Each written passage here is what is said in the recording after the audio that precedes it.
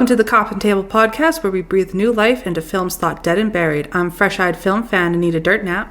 And I am film historian, horror host, and undead aficionado, Sir Cophagus. I've dug up the best and worst and most bizarre that Hollywood has to offer, so grab enough coffee to wake up the dead.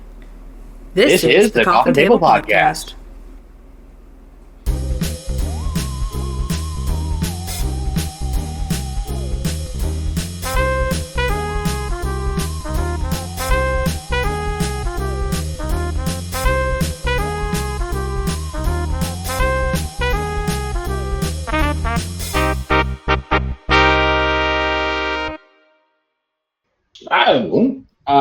Quite obviously, the last go round was a you picture, Anita. So this time it was my turn. I chose the 1947 Bela Lugosi. I'd say it's a classic, but it's actually more of a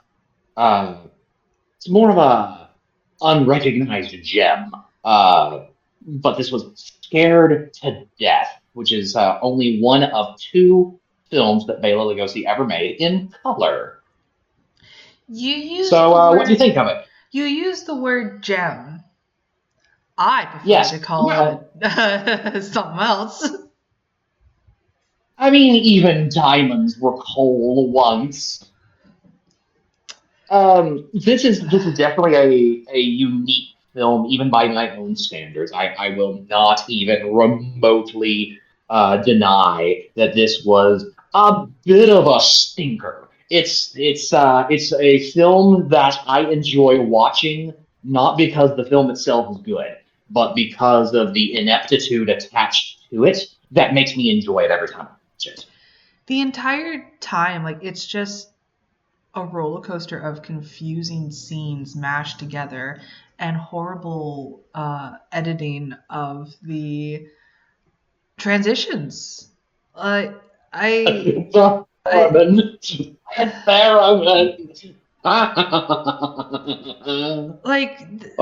So if you've never seen this movie, let me just say that they do a bit of narrating in this, and there are multiple ways that you can add narrating to your movie. You can do it over the video, you could have it like what they did with Rocky Horror, where they had it going from the narrator to the movie back to the narrator, which is sort of what they did for this. However, every time that they did the narrating, they would have this spooky, screamy kind of sound go off.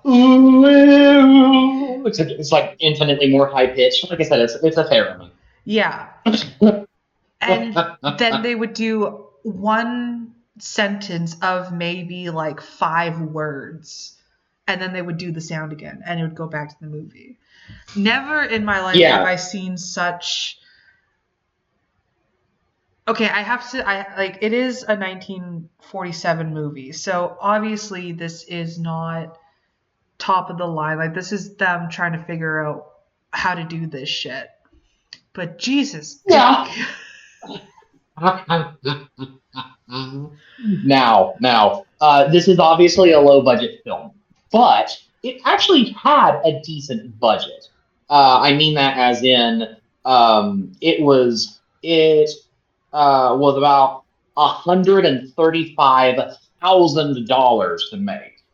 So, it's not exactly anything to sneeze at. However, most of the budget went to the film technique of Cinecolor, which was actually used in a lot of the old Fletcher cartoons. So if you've ever seen a Betty Boop cartoon in color, it was done using Cinecolor. And this was one of the few live action films that used that technique as well. I prefer Technicolor. That's a lot more vibrant. This is a weird one where even though it's in color, it feels off. It's somehow. Muted. It's a muted kind of, which, I mean, it's not bad. Some of the colors seem like you're looking at them in an off kind of way. They were saying there's a couple scenes where this mask is floating. I, for the longest time, thought it was a white mask, but apparently to the characters in the movie, it's green. So Yeah, no, it's a green mask because of some of the shadow involved. It looked more like a blue or a gray. Um, and even whenever there's a scene where it's actually physically on someone else's face it and still it looks still off. doesn't look Yeah. green. Yeah. I would love for someone to get a remaster of this and just for the very, you wouldn't even have to do much. Just adjust the color filter a little bit to get that green to really actually pop up a little bit, like a jade green, something that's darker, like a darker green. And suddenly this film has a lot more forgiven, in my opinion. Nah. Bela Lugosi was noteworthy for having deep blue, deep, pretty blue eyes, and more often than not, they looked gray. Now there are a Yeah. few scenes, especially whenever he raises his overfilled eyebrows, that you can really see his eyes and they pop, but it's only for like a few frames, and then he kind of glares at someone for a moment, and the eyebrows cover, and it's just enough of a shadow that they go gray again, which I feel that's kind of a sin because he had really pretty blue eyes. Yeah, But yeah, it's so definitely now most of the movies that I've ever seen were done on Technicolor. mhm. I never really had the opportunity to explore the like this one was, what was, you said what it was called, this one was done in It was called Cinecolor. It Cinecolor. was a technique. It was referred to as Cinecolor, and there were a few rebranding variants of it that occurred. But whereas Technicolor was 3 film color, so you had your Roy G. Biv, you had your red, your blue, and your greens. I think that right. It'd be I don't know. well, if you're thinking of like a printer color, it's red, blue, and yellow. Okay, maybe that was what it was. But yeah.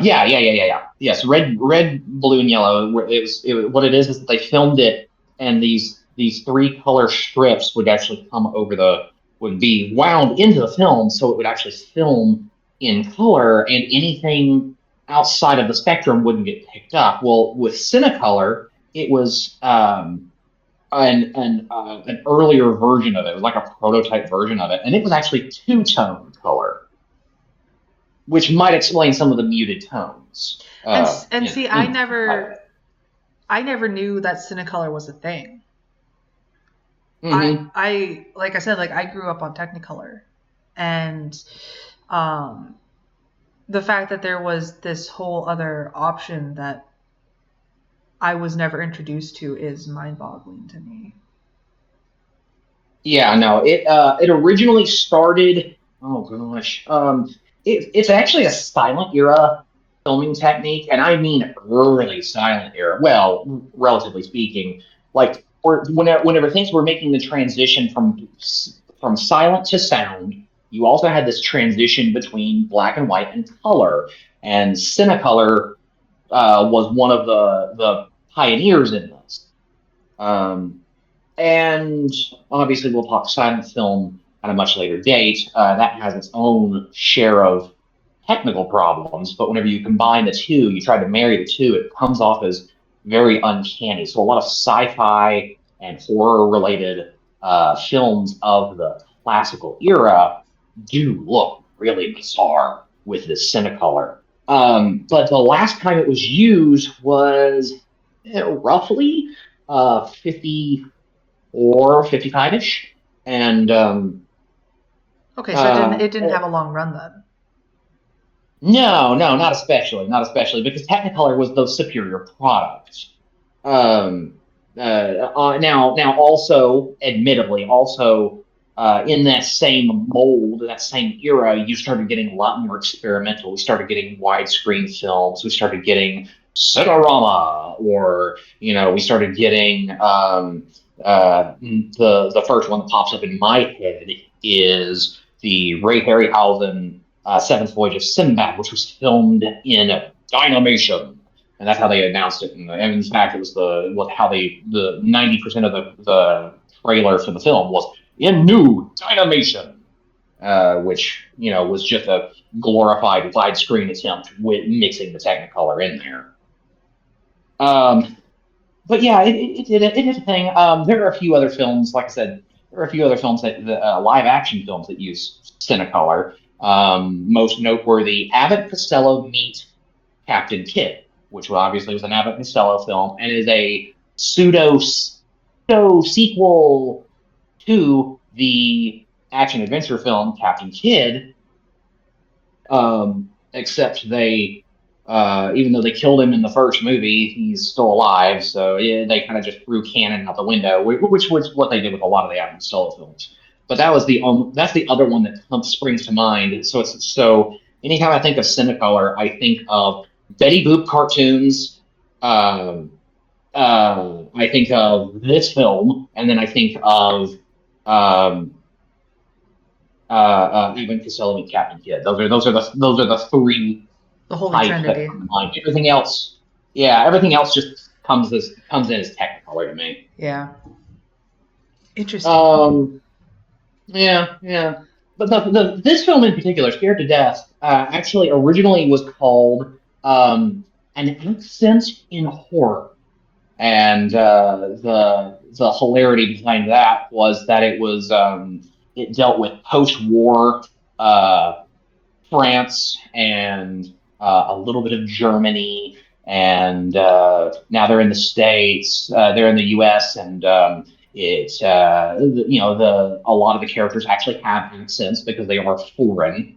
Some of them are straight up American, so it's the accent in horror with the main character being French. So she will occasionally go off on these French tirades. And then it was turned into The Autopsy, in which the film opens with the main character dead in the morgue. And they're trying to figure out what happened to her. And then it goes into the narration of her trapped inside of her own corpse, talking about how she ended up in the situation. And that's whenever you get the strange theremin kind of noise, and it does this first bit of transitioning. And every so once in a while, wow, bad phrasing on my part. English. Accent in horror. Sometimes it gets butchered. But every so often it would cut back to her, and she would still be on the slab, and she'd say, like you said, like a line of dialogue, and then cut right back to the film again. Well, it was like she was reading off chapter titles. That's how long of a sentence it was. It was like this 2 to 5 sentence, 2 to 5 worded sentences of like, oh, we were in for it now, and then it would cut back to the movie. Like, it wasn't even like the narration should be there. You know what I mean? Like, it was such a short portion of the movie that you could have taken the narration out completely, and it would have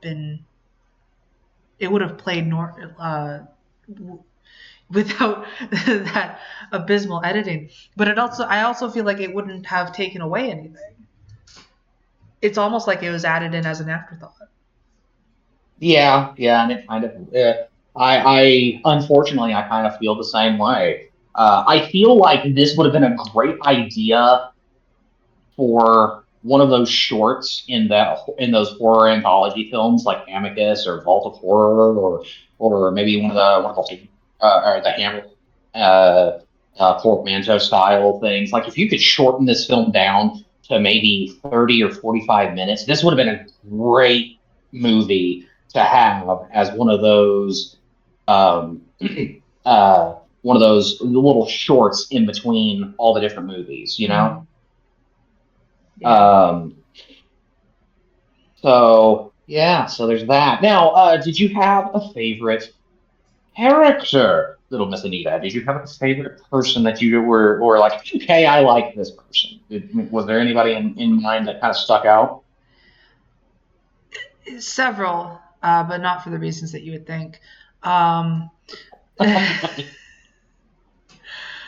Honestly, I think my favorite character has to be the ditzy blonde because she was just there, I feel, as comedic relief. Because this is tagged as a thriller. Now, obviously, back in 1947, 100% it would have been. In 2024, not so much. But it definitely, I can see them wanting to use that comedic relief character, and she was definitely that, where she's just a bumbling idiot. And Yeah, yeah. And then her rather rude news reporter boyfriend. I wanted to slap him so hard. Like, he's obviously marrying her just because she's pretty. That's the only reason he's doing Yeah, it. no. Well, one of the lines, one of his very first lines is, "Gosh, I'm really gonna miss you when you're gone." Yeah, he's like, I'm really gonna miss you when I get tired of you and leave you. I'm Yeah, like, yeah, okay, yeah, yeah, buddy. yeah. Okay. I see you. Uh huh. What was her name? Mary Bell The maid was or the maid. Lilybeth. Lilybeth, yeah, and then the ditzy, clumsy police investigator who's just dumb as a box of rocks. And just wants somebody to get murdered.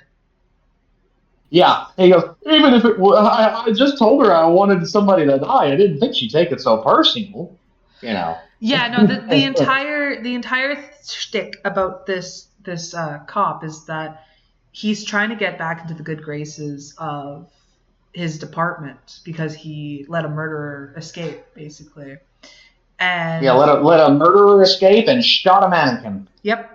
And the only way that he can see himself getting redeemed in the eyes of his employers is to basically solve a big murder mystery. So every time any little thing happens, he'll come rushing in and be like, "Where's the body?" Yeah, yeah, he's very one note, but in that, God, you're an adorable little idiot. I just wish there was a little bit more to his character. Same, I do too. I feel like there could have been a lot to be done with a character like that.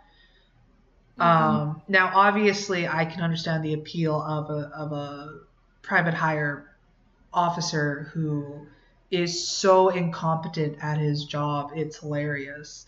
Um, you can keep that, but you can add more to the character as well. Like, the only things that really this character had going for him was that he wanted to solve a murder mystery, and he was relentlessly chasing after the maid. Yeah, yeah, he had two things on his mind. Both of them involved a body. Just did he want a cold one or a still warm one? Oh, that was terrible. It really was. But okay. So what about how do I word this? What are our two main menaces? You had George Zuko as the Doctor, and then you had Bela Lugosi as the magician cousin. And so they're supposed to be blood related in this. What do you think of them? So, I'm going to be perfectly honest with you. Mm-hmm. I could have had more from both of them. I feel like because this is such a confusing movie that the the the events that happen with it are so unconnected with everything that I feel like there should have been more cohesive writing for this, and I feel like that unfortunately let down, especially an actor like Bela Lugosi, who, fucking Dracula, icon as Dracula, and you put him in this movie that has no coherent timeline of events. Um, I feel like it was a letdown. And I don't think that was on the actor's part. I think that was on a writer's standpoint. I think that they did him dirty. And same with the doctor. I feel like his character, he had motive, he had a Mm-hmm. reason to be suspected as the bad guy. I just feel like the writing was so shit that it was just a disservice to both of them. I can understand. I really can. Now, of course, they were not alone. We had a couple of other actors involved. George Zuko had who was very clearly British. Um, he had an American son who married the French woman who is the main plot of the film, and then you had Bela Lugosi and his dwarf sidekick, and his name is actually Angelo Rossetto. He actually, interestingly enough, he has appeared in films since the 1920s, all the way up until the late 80s. And his very last screen credit ever, because it was released after his death, was Inherit the Wind. No, was it Inherit the Wind? No, it was shoot, what was it? It was um Inherit the Wind is a different film. It was The Other Side of the Wind. That's right. Which was a Orson Welles film. It was an Orson Welles film. It was the last film that Orson Welles ever made, and he died before it was finished. And as of uh, 2018, they have now finished the film and released it, and it's on Netflix. And so his very last screen appearance is actually in this film. However, the last one he was actually, still alive for is a movie called From Whisper to a Scream, and that was in 1987. So this man had a wide range of a career. Now, so you say that, and I also feel like he was done a disservice because they introduced him, really was, and then they fucking forget about him. He has no point to the story. Yeah, no, he's just supposed to be vaguely menacing and a little creepy, and occasionally somebody will see him run by, and they're all going to go, "What the heck was that?" What? Because they catch him out of the corner of their eye, and that was the end. Yeah, I thought there was going to be a bigger part that he played in this, but no, he literally shows up, and then you just see him kind of sneaking around at random points, and nobody ever really acknowledges him after he first shows up. I find that in fact, rude. Doesn't he outright disappear by the climax? I don't even remember him being in the final scene. He wasn't. No, his last moment on screen was somebody knocked the doctor out outside. He shows up just before the doctor wakes up, kind of does a little happy dance, and then fucks off. And he's never seen from again. Yeah. If any of our dear listeners have ever seen the Mad Max films, specifically Mad Max Beyond Thunderdome, Mr. Rosetto, he was actually Master Blaster. So if you've seen Beyond Thunderdome, there's this great big huge cage fighter guy with this really oversized helmet, and they rip the helmet off, and there's actually two people underneath. It's the deformed, the malformed son, and then his dwarven father, who's actually riding on top of him, and together they are Master and Blaster. And so but that's the film I always think of whenever I think of him is as Master Blaster. So if you've seen Thunderdome, that's him. Same guy, except now with more hair. So yeah, no, interesting little trivia. Technically speaking, that means you can actually technically play 7 Degrees of Bela Lugosi and connect all of Hollywood. Oh my god, you're so right. Yeah. It's all there's that. Universe. Hey, I'm telling you. Okay. All right. Yeah. Yeah. So what was the? We talked about the infamous harem and transitions. What was and of course the minion.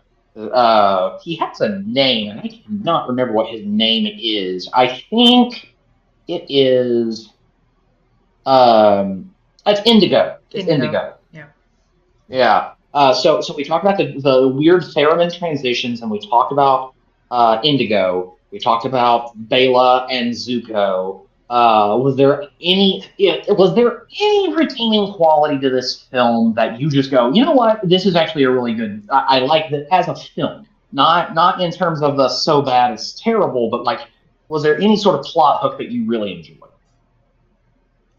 I I'm a sucker for hypnotism, and and this movie So the definitely had hypnotism it. plot got you. Yeah. All right. While yes, this movie is a walking trash fire, it is entertaining, and I think Yeah. it would be at least a one-time watch, if anything. Um, if nothing, just solely because it's Bela Lugosi. I mean, come on, come on. No, yeah, no. Again, it's the only it's one of two films that he ever made in color ever, and Yeah. I think that's a crying shame. I honestly I want to be in the alternate universe where Bela and Boris both did a lot more films. Obviously, Boris did make the transition to color film, and I wish that Bela had lived long enough to start doing color films as well, because I Yeah. think it would have been amazing to see. Oh, it would have been fantastic to see him go from the black and white to Technicolor, and I am sorely disappointed and upset that we never got that chance. Yeah, yeah, no, I definitely agree. And don't get me wrong, I understand people want to colorize black and white films, and so we will get at some point we will get other films that have been colorized, but I mean originally filmed in color, because I know that Plan 9 from Outer Space is a prime example of a film that they have colorized since it was originally made, and it doesn't hit the same to me. It just doesn't. No, it can be a process to go to make a black and white movie into color. Like you can oversaturate it, you can dull it. You have to nail it when you do that. Personally, I think that the black and white movies should stay black and white because that is their charm, that is their appeal. Um, Yeah, yeah. Now, if you're gonna turn it into a parody, kind of like how the Mystery Science Theater guys do, like Riff Tracks, notoriously one of the funniest ones they ever did was a colorized version of Plan 9 from Outer Space. So you can watch either version, but they actually got a hold of a colorized version, and so you can watch the film in its entirety in black and white, and then if you go in going, okay, we're going to watch this, but we're going to watch it specifically for laughs and have something like that going on, I feel like the colorization of it lends more to the humor because you're already, going, oh, well, this isn't the film, this is something else. Um, this is already going down a different route mhm. than how they originally did it. So I understand that. Now, do you think this film would have been better had it been filmed in black and white? Ooh, that's a good question. Um, Honestly, I think no, because there were a lot of dark portions, especially on the outside, in like when they were filming outside. Um, Hmm. it would have you would have lost it, you would have lost the details, and already like because the color is so dulled already, you already lose a lot of the details. No, I think it was good as a colored picture. Um, Yeah, no. it's hard because like it's interesting to see the differences in filming styles when you go from a black and white to a colored film. You know, like black and white movies, if they were filming a night scene, it was actually, you know, daylight out, because otherwise they wouldn't have been able to make the film. Yeah, like you can tell they just turned off a stage light or two, and that was the extent of it. Yeah, that was about it. So I think that this movie in particular probably needed to be colored. That's just my 2 cents. Well, I can get behind that, although I have seen films that even in color you can't see what's going on outside. I'm looking at you, Dracula versus Frankenstein. Speaking of which, I have to show you that one at some point. Actually, I need to show you both of them. There are actually 2 different films, both with the title of Dracula versus Frankenstein. Oh, God. And trust me, if you thought this one was a stinker, you ain't seen nothing yet. Oh, God. Look at the time. I gotta go. Oh, heavens. Okay, all right, fine. Let's feed into your attention deficit disorder just a little bit. What was the most unintentionally entertaining part of the film? Oh, unintentionally entertaining. Okay. Because, like, every time it did the theremin thing, I laughed. It killed me every damn time. Well, I mean, yeah, that is a good one. I would say actually the part where the reporter is trying to figure out what the fuck's going on, and the cop keeps falling asleep, and then the reporter goes, "Oh, sir, your coffee's here," and the cop wakes up. He's like, "That's a dirty trick." That was pretty good. Yeah, I can agree with that. That was actually pretty funny. Oh heavens! No, I can get behind you on that one. Mm-hmm. There's let's see. I actually now. Do you know anything about the story behind this film? I shared a little bit of information with you while we were watching, but do you know anything behind what spurred this film on to get made? No, you shared that document with me, and I never read it because I figured that you would. I was waiting for you to tell me. Hello, everyone. Anita and Sir Cophagus, consummate professional, folks. No, I give you a hard time. Listen, your voice is just so melodic. I'd rather hear it from you. Ah, yes, of course. That's why our audience snores through half the broadcast. No, seriously though. What it is okay. So this film has the old dark house type of setup where a bunch of people come to a house that has mysterious goings on inside, and they're all related to each other in some form or fashion. And the plot kicks off. But unlike the traditional, it's time to read the will, it is instead just a bunch of hubbub that is going on, and it just happens to pull everybody into it. So you have hidden passageways. You have, the mysterious paths. You have, a person dying, and then they're not really dead, or maybe they are. And then you have a real corpse by the end of the film.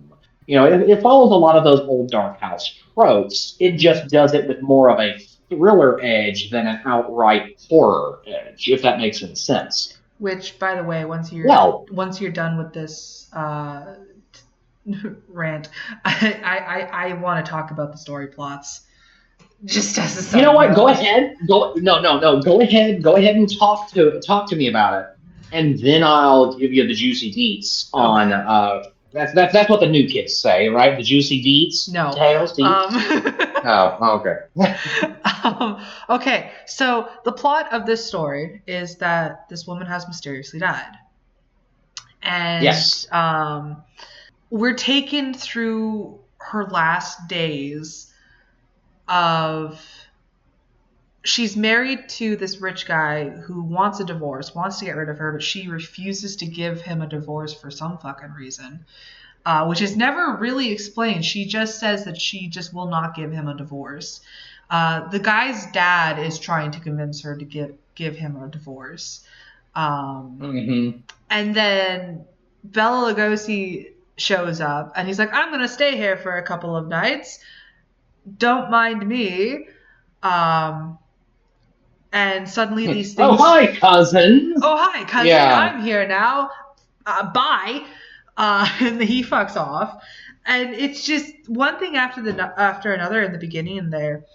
And then we start getting these scenes of, well, the husband suspects that the wife was previously married. And now the wife is being sent these mementos from her past that she's like, where the fuck is this coming from? Like, why are these people doing this to me? And it's never... Yeah, the green room. The green room, the green pen, the green mask. You know, like there's these subtle hints to her that like her past is coming back to haunt her. But we're never explained why. And we're never explained the connection between her and Bela Lugosi's character. Okay, so we are, but it's a throwaway line. I kid you not. This is like the 10th time I've seen this film, and I caught it after like the 3rd viewing. So that tells you how much of a throwaway line it is. Okay, go on. Explain. Yeah. So what has happened is Bela Lugosi lived in the house back when it was a mental institution.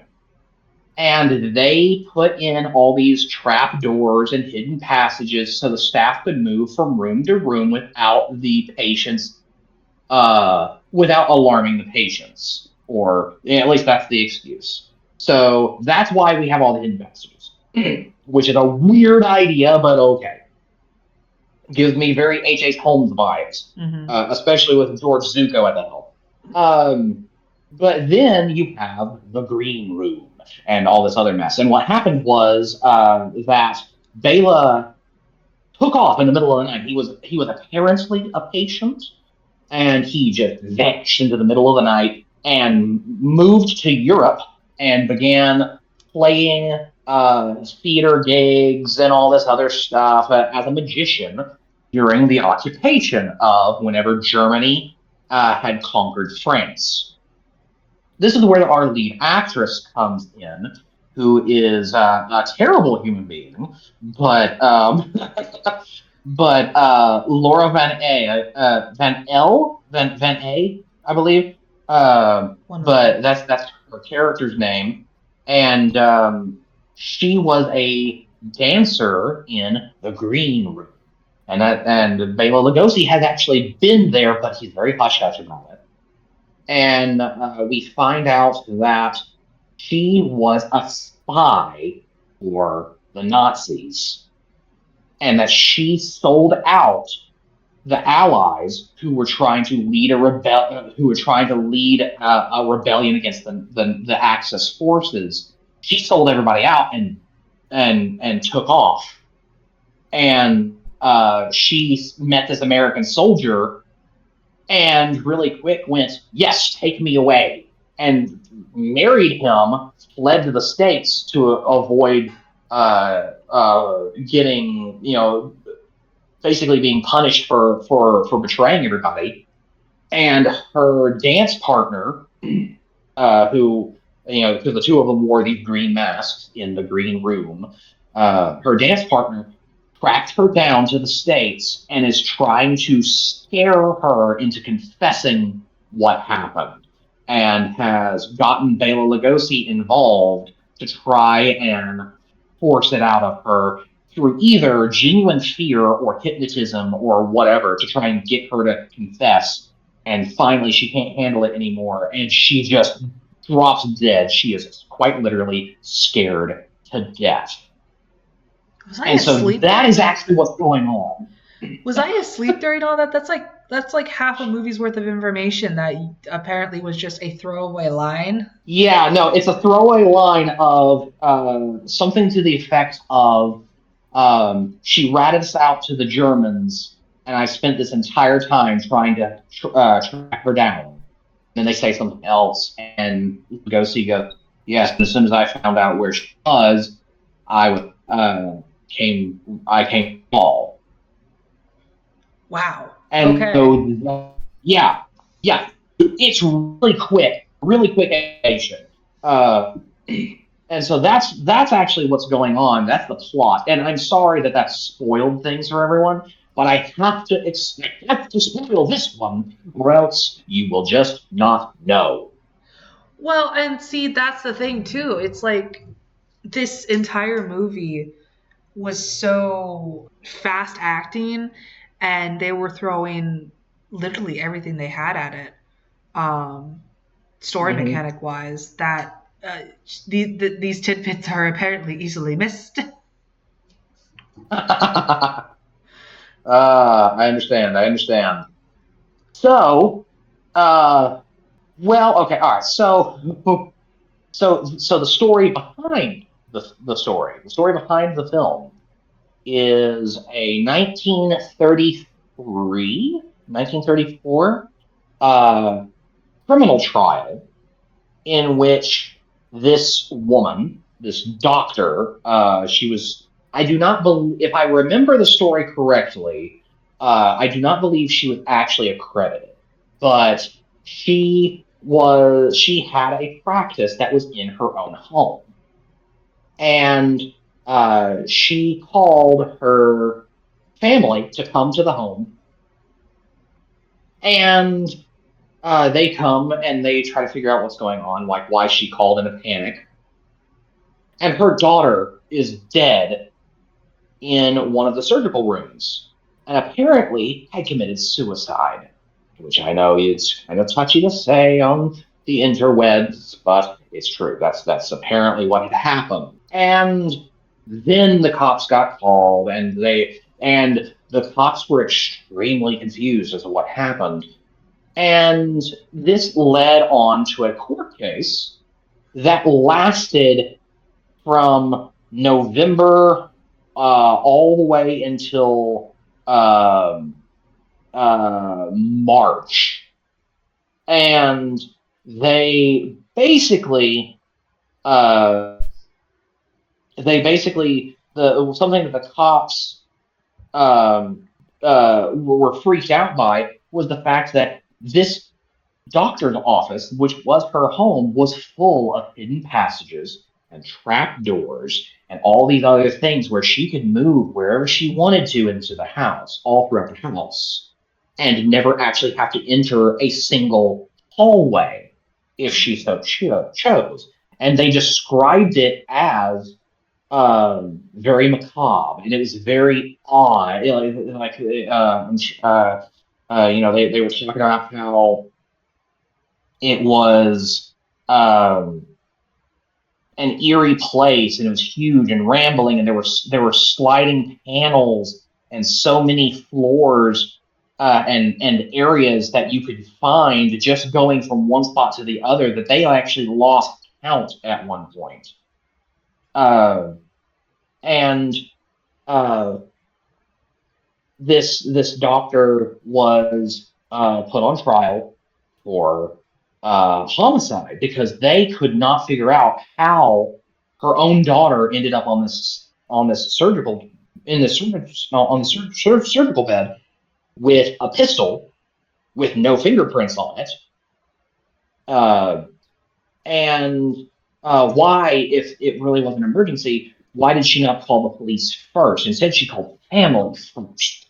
And then, like a few hours later, somebody realized that they didn't call the police. They better call the police.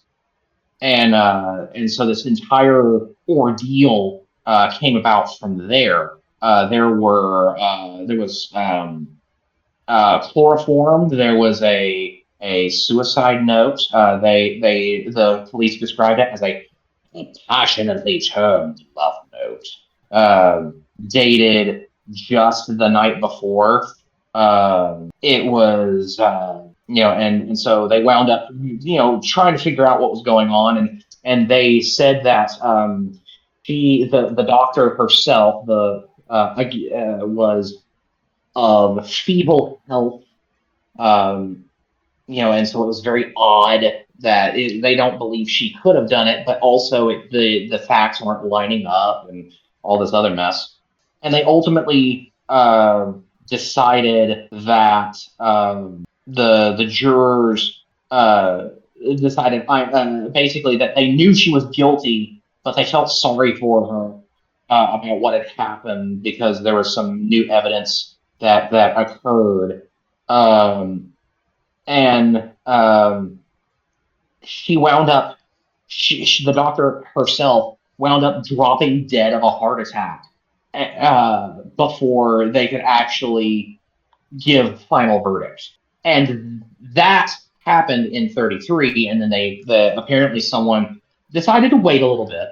They waited about 10 years or so, and then they decided to turn it into the premise for a screenplay, and then tried to modernize it by giving it a World War II spin. And then before they could actually get it done up, the war ended, and so they decided to redo it again and make it a post-war film and the ramifications of. And so that is the actual history behind how this story got started, which in itself is worth a movie. Give me this. This is an interesting premise. No, but yeah, that's the real story. That's For the real story real. about.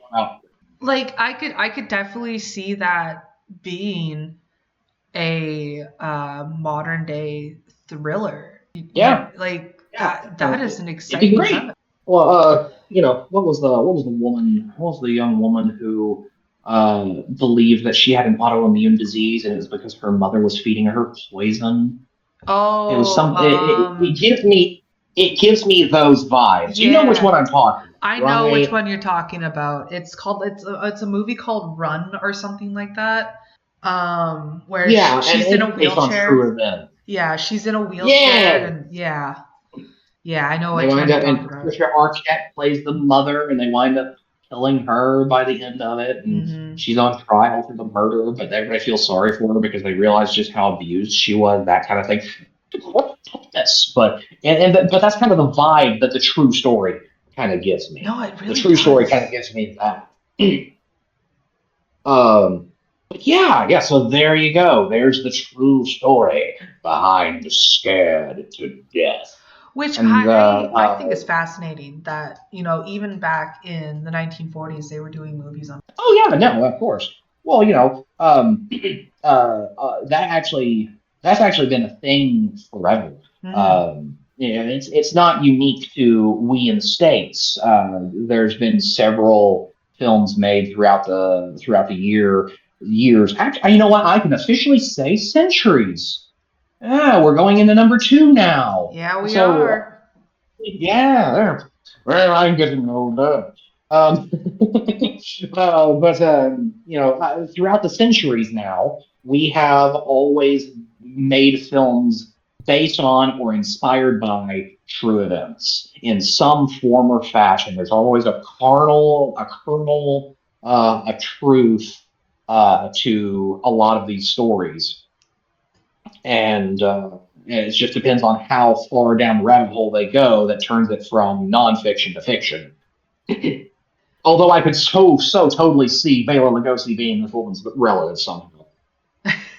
Well, I find it so fascinating. Like it's these tricks and these ways to film certain things. Like these are all forms that were made ages and ages ago. Like with me being the new age movie chick, learning that all this stuff came from somewhere. It's fun. I've always been a lover of history, and film history is something that I never had the opportunity to get into, and I would absolutely love to. Well, I have good news for you. You can Oh, always check dude. out the Coffin Table Podcast. Yes, Coffin Table Podcast. Every other episode. Don't ignore the even numbers. Go for the odd ones.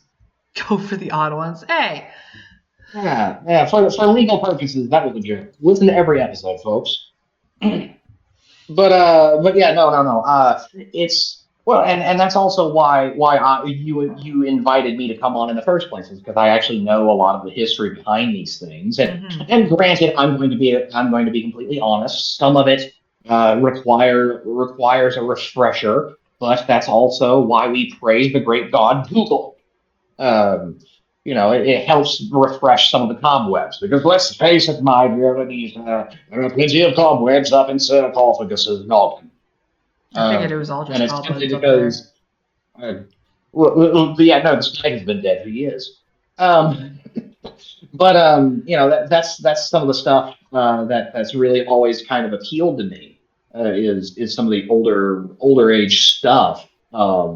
Just because it happens to work for me. I do find it actually quite hilarious though. There is if you ever get a hold of there's a video company called Alpha Video, and they are notorious for making single sleeve DVDs of these public domain films. And if you ever get a hold of the Alpha Video uh, version of Scared to Death, there is a semi photoshopped picture on the back, which is of Bela Lugosi, and he's holding a gun. And I'm going, I don't remember a gun in this movie. Yeah, there was a gun at some point, but it wasn't held by him. Yeah, no, it was her. It was Von E. Well, It it was was Miss her Von E. and her husband held a gun, and those were the only two people who held the gun. Yeah. That's right. That's right. Um, and I actually kind of love this too, though, because oldies.com for anyone who's interested. Go www.oldies.com for all your alpha video needs. Um, I hope to get a sponsorship from them now that I've plugged them. But what gets me because I just pulled it from my shelf here because I actually own the DVD. But listen to this description for a moment. All right, hit me. A decapitated head arrives at the sanitarium of Dr. Von E, and his daughter-in-law collapses in a spasm of terror. The woman is driven insane with fear by the haunting memories and villainous strangers of old. A green mask materializes in the window of the manor, and a hypnotist, played by Bela Lugosi, arrives with his sadistic henchman, a mute dwarf. The doctor and his family fall victim to violent attacks, and the household is rocked by a shocking and bizarre revelation that is both surreal and treacherous. Man, that sounds Now you exciting. tell me. That sounds exciting. Can we Yeah, watch yeah, that movie? yeah, please. Like, you tell me. Was any of that in the movie? Because, like, what? What? Like, No. when the spin doctor a movie plot synopsis? I'm just saying. Goodness. Yeah, no, this is now it does give a little bit of trivia on the backside of it too. It says Bela Lugosi's only color picture is Scared to Death, which is actually not true. He was in one other film. It was just not horror related, so I'll give him a little credit. But Scared to Death is narrated by the corpse in a series of nightmarish flashbacks.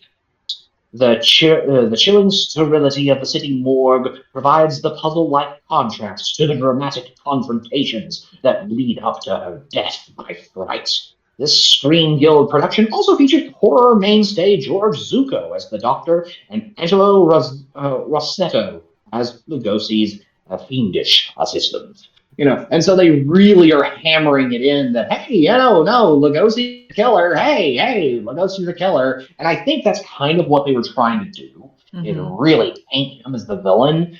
But that's also why they have George Zucco to kind of offset. And so they're both, if you think about it, George Zucco is always wearing white, and Lugosi is always wearing black, and they're both horror icons, and so you're not really sure who to lean toward. The film keeps leaning toward him, Lugosi, and every once in a while will suggest that it's George Zucco, and I found it fascinating. I do think it would have been a little bit better if maybe we had a serious police officer instead of the bumbling one. Yeah. And maybe turn him into another horror icon, like maybe Vincent Price or Peter Lorre or somebody like that, to really kind of mix in and go, ooh, who do you trust? Who do you suspect? But, I think that would have probably made it a little bit better. Or maybe even on the phone, and you just hear Vincent Price on the phone, and you find out that he's actually the Frenchman that she was dancing with back in the green room. Something bizarre like that. Give me just a little bit more, and this would have actually been a really like edge of your seat kind of thing. Going, ooh, I wonder who it is. But instead, it's kind of like, ah.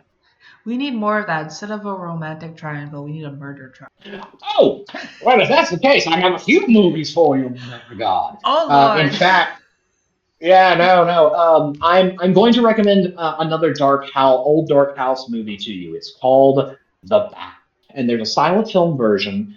There is a 1930s version, and then there is a 1950. I believe it's 1952 version. Anyway, it's in progress.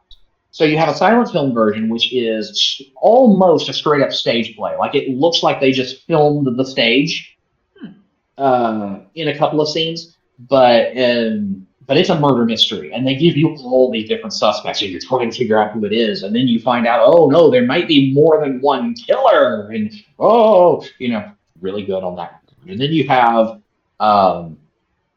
The Bat Whispers, which is a remake of the original silent film, except it's a bit closer to the thing that inspired Batman. And this is a true story. It kind of helped inspire Batman because the Bat, who is the title villain, has a bunch of gadgets and gizmos, including smoke screen and all black car, and appears in the night and kind of swings on a rope to crash through a window and things of that nature. Very, very much Batman-esque, except they are the villain. And then the Vincent Price version turns the Bat into a pseudo Freddy Krueger. He has claws on one hand. He wears a fedora. You can't see his face. And once again, you have, multiple people that it could be, and everyone suddenly doesn't have an alibi, and all this other stuff. It's really I would recommend any version to you to see, because each one is so unique. It's like watching a completely different film every time. In fact, there is one of the three that actually changes who the killer is. Oh shit. Yeah. So I would recommend The Bat, and that's my go-to definitive kind of murder trifecta type of movie that I highly Well, you know what? If we get bored, we might actually watch one of those this year, just to kind of salivate your or satiate. I'm salivating. To satiate your murder trifecta need. We might watch one of those this year. I also love how you say if we get bored. It's never boring when I'm around. Oh, you're so sweet to think of yourself so highly. Wow. Oh, guess who's not getting his Christmas present? Oh, joke's on you. I already have my Christmas present, a lump of coal. Yeah, that makes sense. I've gone on a tirade. Do you have any questions, or do you have any additional thoughts on the film Scared to Death? So, honestly, like I do believe that this is definitely a watch it once movie for me personally. Mm-hmm. But I do believe that it does have some entertainment value in it. While it's not, a true murder mystery where you're like, oh my God, who done it? Because I mean, like you said earlier, it kind of just shoves you in the direction of who's doing it. I definitely do think it has some merits. Like it does have some entertaining value to it. Like with the bumbling idiot cop, or some of the one-liners that they throw in.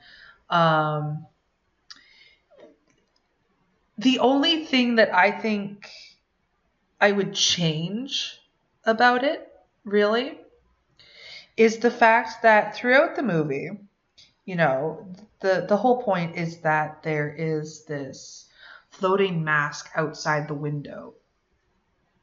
Mm-hmm. It's only ever acknowledged about twice in the movie. Every other time that it shows up, nobody notices it. It's just there. It's just floating there, and nothing is ever said. I think it would have been nice to have that acknowledged more and have more of the fear build up for it than what it was. Yeah, yeah, because it's pseudo supernatural, and then it's not. Yeah. Um, that I think I would like to see. I would have liked to see more from that, because if you're obviously going to have an object floating in the window where people can clearly see it and not have the people acknowledge it, what's the point? Give me something to work with. No, I completely get you on that front. Um, you know, as I said, it's pseudo supernatural at first, and then you start realizing, no, this is very mundane. But my question is, was he just holding a stick through the mask and just go, "Ooh, I hope this thing doesn't spin," something like that, maybe? I don't I like to think that he was actually on the roof and he was just dangling it from a string. know. That would have been great if it was done that way. Yeah. Because That would it, explain why that would explain why Bela and Indigo kept going outside and then looking up. well, yeah, they were trying to Like, make sure that their a little friend left. hanging upside down on the roof was okay. No, but I it kind of definitely like had this more. that dangle effect where the way that it moved, it was very like somebody was dangling a string and it was just bouncing along. So I am 100% fully convinced that the guy was just dangling upside down on the roof, just waiting for somebody to see the Mm, mask. that's grand. That's Yes. absolutely grand. Yeah. Yeah, no. If this film had gotten the Mystery Science Theater treatment, do you think it would be something that you might actually go back to and rewatch more often? Oh, 100%. Mystery Science Theater 3000, give me. It's Absolutely. something more akin to, okay, let's watch this, but let's purposely watch it to laugh. Yeah. Like you'd be into that. Yeah. Because, and I have to say, thank you so much for introducing Mystery Science Theater to me. Because let me tell you, I devoured the entire Netflix special in a few days, and I was like in your direct messages, just like talking Please tell about me it more. for hours with you. Um, I definitely think that this is a movie that they should do if they haven't already, because there is so much opportunity to riff this thing Mm-hmm. right from the get-go. Right from when the music starts up, you can start just going off on this. Um, I think it would have made it funnier, honestly. Um, well, I can tell you this as of now, they have not. But but uh, I would not put it past them to do it tentatively soon. Just because obviously the Rift Tracks guys have not touched it either. I think that's a crying shame, but it's fine. It's okay. At least they haven't as far as I'm aware. But yeah, no, the Mystery Science Theater guys, this is right up their alley. It Mm-hmm. really is. And the best part too, also, the best part too, also, I see that's my English grammar has gone to die. I think it was scared to death because of this film. Um, no, I do believe that this is right in their wheelhouse. Uh, uh, Maybe one of those things where we all get together. Actually, you know what? Next time you and I hang out in person, we need to just straight up put a tape recorder between us, watch this movie, and then just make our own, riffs on this particular film, and then release it on April Fool's Day. That might be something grand to do. I would absolutely love to do that. 100%. uh, No, yeah, there are quite a few stinkers in the classic catalog. This one, to me, is one of the more entertaining ones if you're going to watch it with friends. Oh yeah, like this, like I ragged this thing the entire episode, but honestly, if you're watching it alone, it's gonna be a lot worse. It's better if you have Mhm. company, a good stiff drink, and some snacks. Yeah, or a cup of coffee to keep you up until the climax. Or a cup of coffee, or get high, whatever your poison I is. I don't know about that. Some sort of libation might be in need, but to each their own. No, I definitely think that this is something that you could get together with your friends with and Yeah. just laugh your asses off. Just have a good time with it. Oh, fantastic. Well, I have a few more to show you this year, obviously, but I'll slow roll some of the terrible ones. I think the next one I show you will be a good movie for a change. You showed me that atrocious Slenderman. You showed me the horror that was Monstrosity. But you've also shown me a couple of good ones. So I think it's time actually rewarding you a little bit, giving you some good movies for a change. I, rewarding me. You do realize that that's just going to make me want to find even worse movies now. Well, you've seen a taste of the bottom of the barrel that I have in store for you. So remember that I can dish it out as good as I can take it, darling. Wow, look at the time. I gotta go.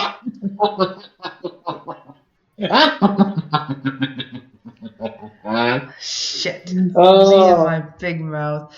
Uh, no, I can hook you up, sister. I have the Devil's Messenger. I have let's see, what's another really good hokey one? Actually, no, I told you I'd share a good one with you.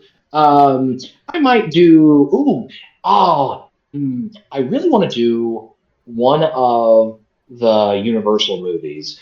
We have that on our to-do list, yes, but I'm thinking of instead of going Universal, I'm thinking of going MGM, and I'm going to see if I can get a hold of the Curse of the Cat People. I think you'll enjoy that one. It's actually a really good psychological thriller. Not too many psychological thrillers in the horror in the classic era, but I think you'll enjoy that one. and I Yeah. promise I will try to throw in at least one good movie. I guess. Oh, at least one from this old. You're too kind. Um, let's see. Where did I put the Beast of Yucca Flats? Let's see. Time to start Oh, the oh, punishments. oh No, no, no, no, no, no. I'm Oh, kidding. you know what? Look at that. We're at an hour and 8 minutes. Snap. Oh, nice. Oh, well, okay. This time I can actually use the time to my favor. Yes. Oh, amazing. And that's a wrap for this episode of the Coffin Table Podcast. If you've enjoyed our deep dive into the dark, be sure to rate, review, and share. Got a film for us to unearth? Let us know. Follow us on social media for more chills and thrills. Until next time, stay spooky and don't look under the bed.